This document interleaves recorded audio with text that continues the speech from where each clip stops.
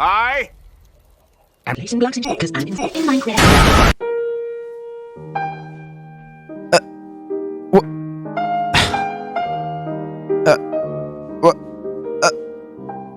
That's all I really have to say about that. Anyways, Half-Life is a groundbreaking first-person shooter game developed by Valve and released in 1998. You assume the role of Gordon Freeman, a big old nerd who may or may not have doomed the entire human race.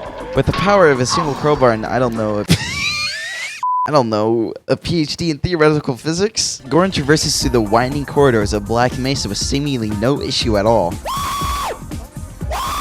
There's countless videos on Half-Life talking about how great it is, and the games that came after it definitely showed a deep influence. Now I know I might be known as the Halo guy, but at the same time, this game is so good! The story?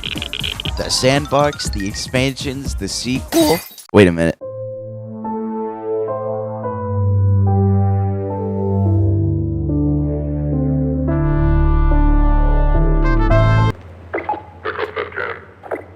Let me read a letter received. Dear Dr. G, why has the Combine seen fit to suppress the concerns... No, please, I'm sorry. Half-Life 2, oh my god, Half-Life 2. Developed by Valve, obviously, in 2004. It would end up being one of the most monumental achievements in first-person history. Half-Life 2 pushed the boundaries of what games could do, thanks to its groundbreaking physics engine, incredible world building, and immersive storytelling. Set 20 years after the first game, Gordon ends up landing in a subway after a lengthy speech from the G-Man. Wait a minute, who's the G-Man? Oh my god, it's the G-Man! The G-Man is one of, if not the most mysterious figures in the Half-Life series. That's about it, really. Okay, so what is the G-Man doing with Gordon? And why is this town so ugly looking? Oh my god, just let me speak! Okay. So the G-Man put Gordon to stasis at the end of the first game, and then 20 years passed by, as I said, and then Gordon ends up in this place called City 17, which is in Europe. During the time when Gordon was napping, the world got taken over by an alien species known as the Combine, a ruthless empire that defeated the entire human race in just 7 hours. Gee, good going, guys. Nice job, team. After this easy defeat, the Combine decided that there would be no more children, no more happiness. The water makes you an amnesiac, most diabolically.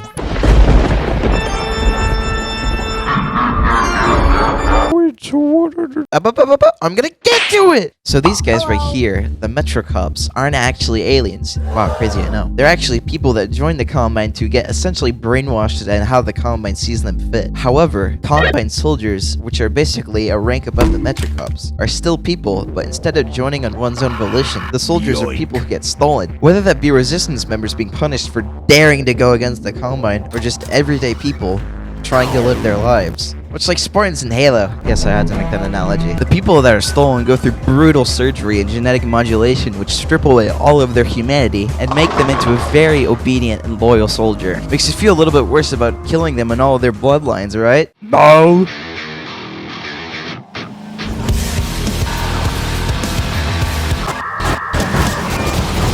The Combine arrived here because of the big explosion, also known as the Resonant Cascade, at the beginning of the first game, which caused a rift between Earth and a place called Zen, which is a border world that acts as a sort of gateway between dimensions. It's also home to a bunch of spooky aliens! One of note being the head crab, a parasitic creature that doesn't typically pull much of a punch, but can leech onto your head and turn you into a zombie! Wow, this place kind of sucks.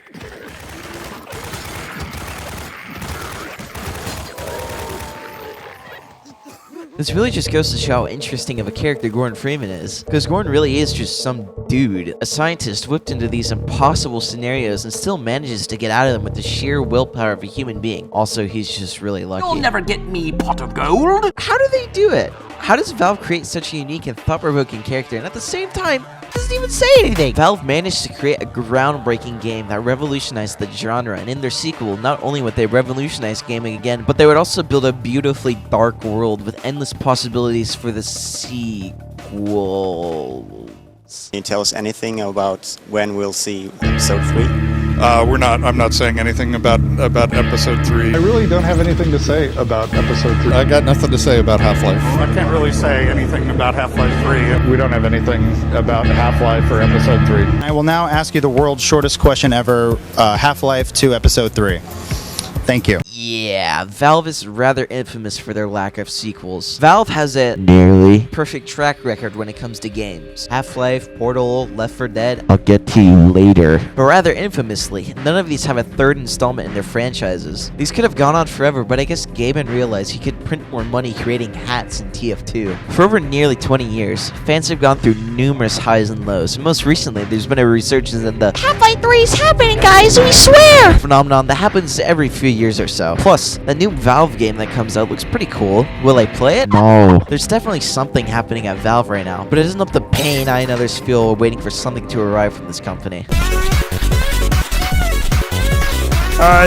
People were expecting you to talk about the Minecraft movie, not Half-Life. You should be ashamed of yourself. You really did it this time, buddy. I'm gonna report you to YouTube. I've got an idea.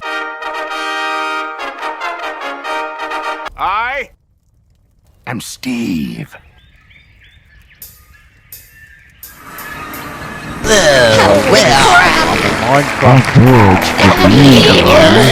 Wow, the real Beatles. What are you guys doing here?